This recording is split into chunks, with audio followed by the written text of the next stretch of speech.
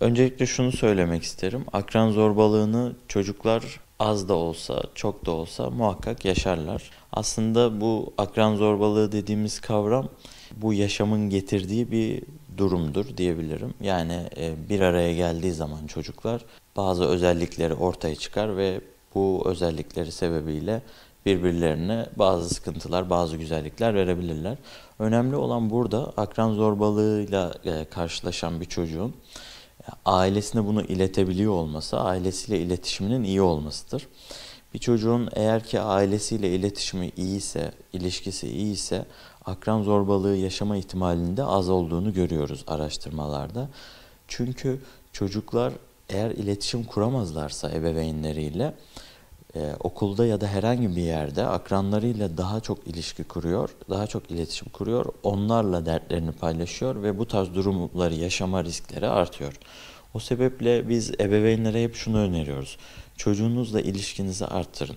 Çünkü bu akran zorbalığı gibi durumlarda bile bu çocukların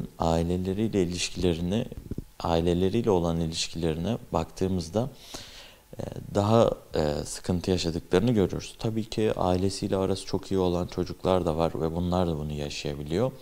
Burada daha çok dış etkenler devreye giriyor. Örneğin okul yönetimi, işte öğretmenin tutumu vesaire.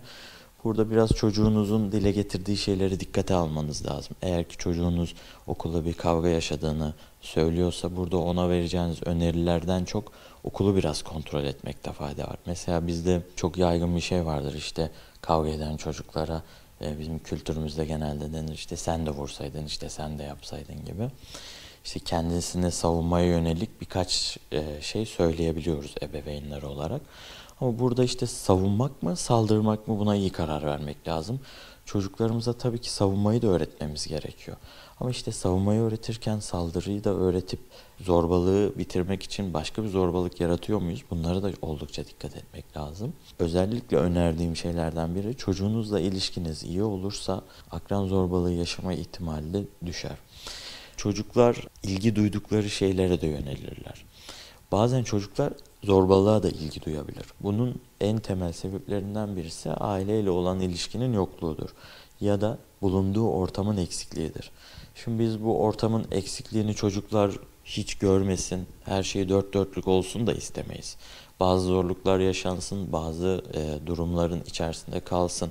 Ama önemli olan maksimum zarar görmemesi. Yani göreceği bir sıkıntıyı kendi halledebilmek için bir öğrenme süresi gerekiyor.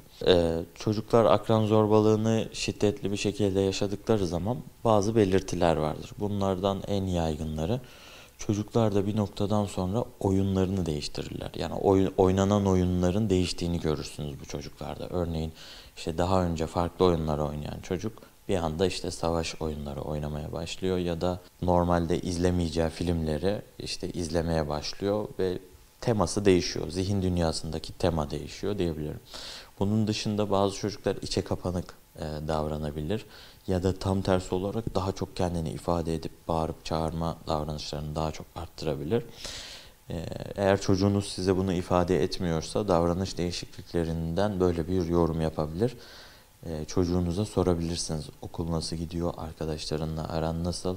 Ama bu bir dayatma ya da işte bir şüpheli merak tarzında değil de daha dostane, arkadaşça bir yerden yaklaştığınız zaman çocuğunuz size bunu ifade edecektir diye umuyorum.